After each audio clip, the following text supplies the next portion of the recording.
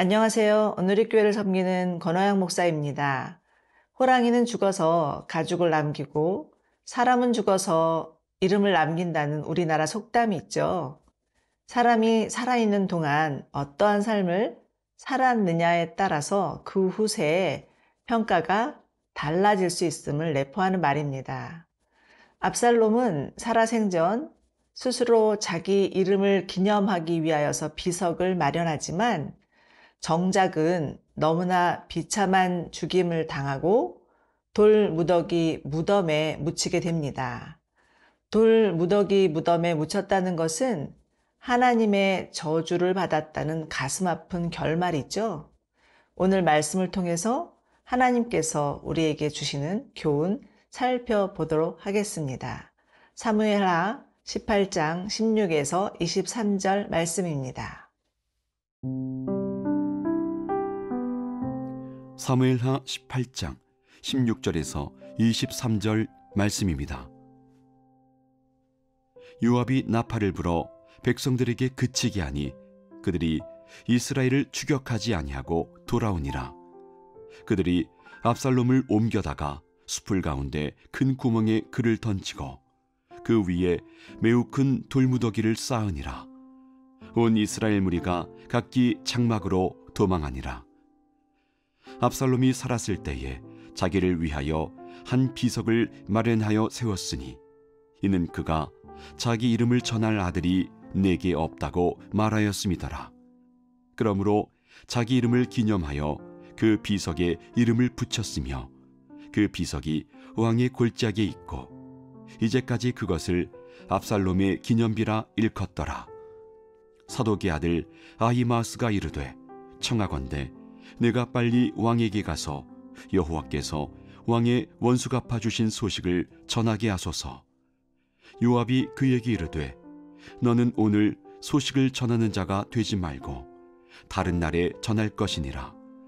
왕의 아들이 죽었나니 내가 오늘 소식을 전하지 못하리라 하고 요압이 구스 사람에게 이르되 내가 가서 본 것을 왕께 아뢰라 하매 구스 사람이 요압에게 절하고 다름질하여 가니 사독의 아들 아히마스가 다시 요압에게 이르되 청하건대 아무쪼록 내가 또한 구스 사람의 뒤를 따라 달려가게 하소서 하니 요압이 이르되 내 아들아 너는 왜 달려가려 하느냐 이 소식으로 말미암아서는 너는 상을 받지 못하리라 하되 그가 한사코 달려가겠노라 하는지라. 요압이 이르되 그리하라 하니 아히마스가 들길로 다름질하여 구스 사람보다 앞질러 가니라. 압살롬의 죽음으로 이스라엘의 내전은 끝이 나고 요압이 이 싸움을 종식하는 나팔을 불므로 마무리를 짓습니다. 그리고는 죽은 압살롬을 데려다가 큰 구덩이에 던져놓고는 그 위에 돌을 쌓아 무덤을 만드는데요. 예루살렘 가족묘가 아닌 압살롬의 돌무더기 무덤은 그가 반역자임을 증거해 줍니다. 그러나 그가 반역자가 되기까지에는 그에 얽힌 사연들이 있었죠. 그의 사랑하는 누이 다말이 이복형 암논에게 성폭행을 당하고 나서 다말을 내쳐버리자 다말은 수치샘에 견디지 못하고요.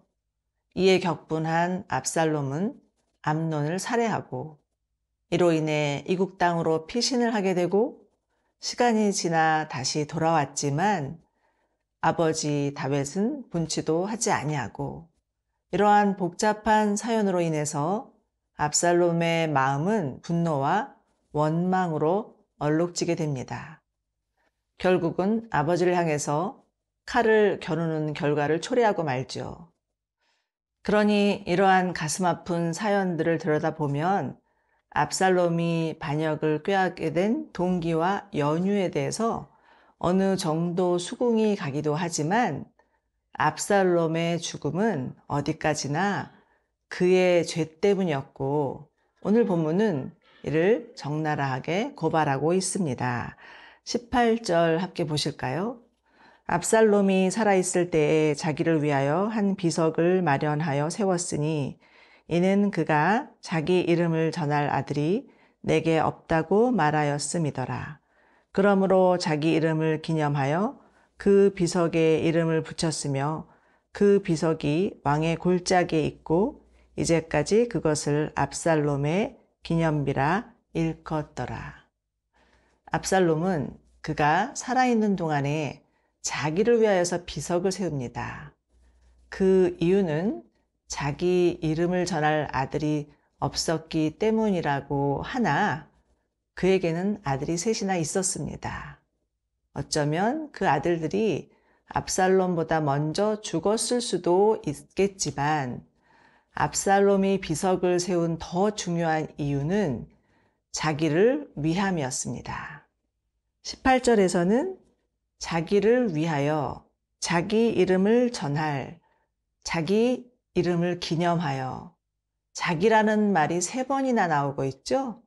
그가 얼마나 자기 중심적인 사람이었는지를 여실히 보여주고 있습니다. 여러분, 죄란 자기 중심성입니다. 하나님보다 자신이 더 중요하고 하나님의 말씀보다 자신의 생각과 계획이 더 우선이고 세상이 자신을 중심으로 돌아가야 한다는 교만이죠.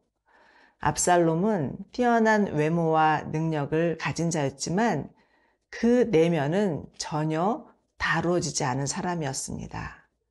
그 마음 가운데 희열되지 못한 미움과 원한과 분노를 그대로 아는 채 아버지를 향하여서 반기를 드는 죄악을 저지르고 만 것이죠.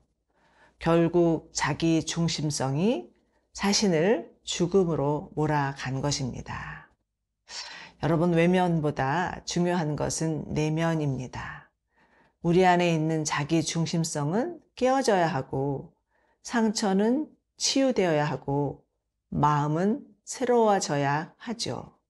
그러나 이것은 우리 스스로가 할 수 있는 일이 아닙니다. 주님께서 우리의 상한 심령과 죄악된 마음을 만져주시도록 우리 자신을 내어드려야겠죠. 이사야서 61장에서는 주 여호와의 영이 내게 내리셨으니 마음이 상한 자를 고치시며 포로된 자에게 자유를, 갇힌 자에게 노임을 선포하신다고 말씀하고 있죠. 성령께서 오셔서 우리 마음 안에 있는 상처와 교만을 다루어 주시도록 기도하기를 원합니다.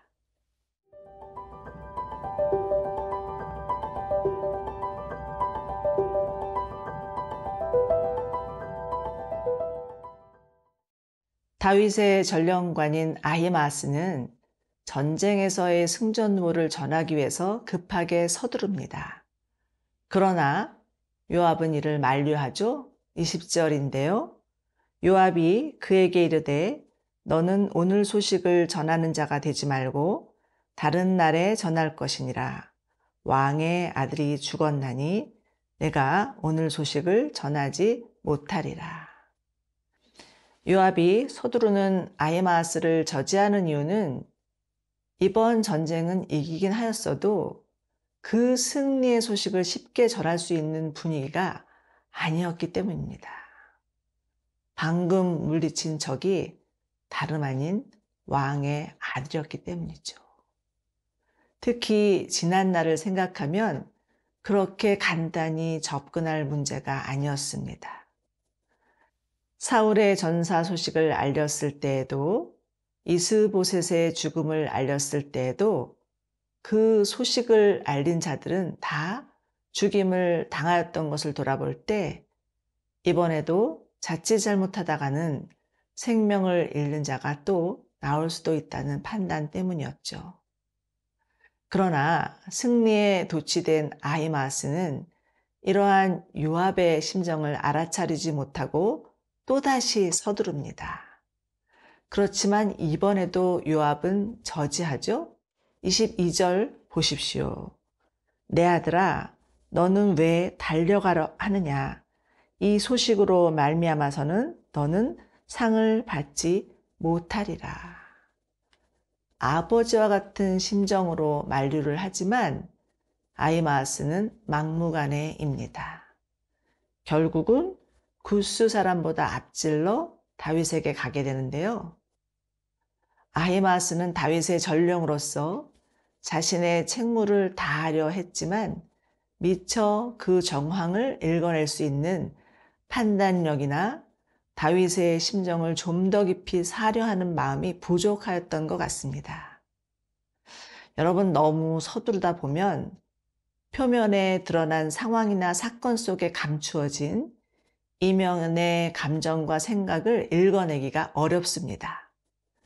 무슨 일이든 한 템포 숨 고르기를 하고 나서 나아가는 것이 묵상하는 자의 지혜가 아닐까요? 오늘 본문의 주제는 압살롬의 비참한 죽음입니다. 그는 이스라엘 전역에서 그만큼 잘생긴 자가 없었노라고 칭찬을 한 몸에 받던 자였습니다. 머리끝부터 발끝까지 흠잡을 데가 한 군데도 없어서 모든 사람들의 선망의 대상이었던 왕의 아들이었어요. 그러나 그의 결말은 너무나도 치욕스럽게 구덩이에 내쳐진 것이었습니다. 그렇다면 과연 누가 압살롬을 죽인 걸까요? 다윗인가요? 요압인가요? 아니면 하나님이신가요? 압살롬은 요압과 요압의 청년들이 찌른 창에 찔려서 비참하게 죽임을 당하지만 그의 죽음은 하나님의 심판이었습니다. 하나님의 언약을 무시하고 자기 마음대로 왕권을 괄취하려고 하였던 죄에 대한 대가였죠. 너무나도 슬픈 결론이었습니다. 그렇지만 여러분, 마냥 슬퍼하지 않을 수 있는 이유는 하나님의 심판이 여기서 그치지 않는다는 것입니다. 압살롬은 비록 자신의 죄로 심판을 받았으나 하나님은 다윗의 왕조를 통해서 메시아가 오실 것을 약속하셨고 그 약속대로 예수님께서 오셔서 십자가를 지심으로 우리를 구원하여 주신 것입니다. 그렇기에 우리에게는 소망이 있죠. 갈라디아서 3장 13절의 말씀, 그리스도께서 우리를 위하여서 저주를 받은 바 되사 율법의 저주에서 우리를 속량하셨으니, 우리를 위해 십자가에 달리신 예수님으로 인해 영원한 심판이 아닌 영생의 복, 구원이 주어졌음에 감사하는 우리 모두가 되기를 원합니다.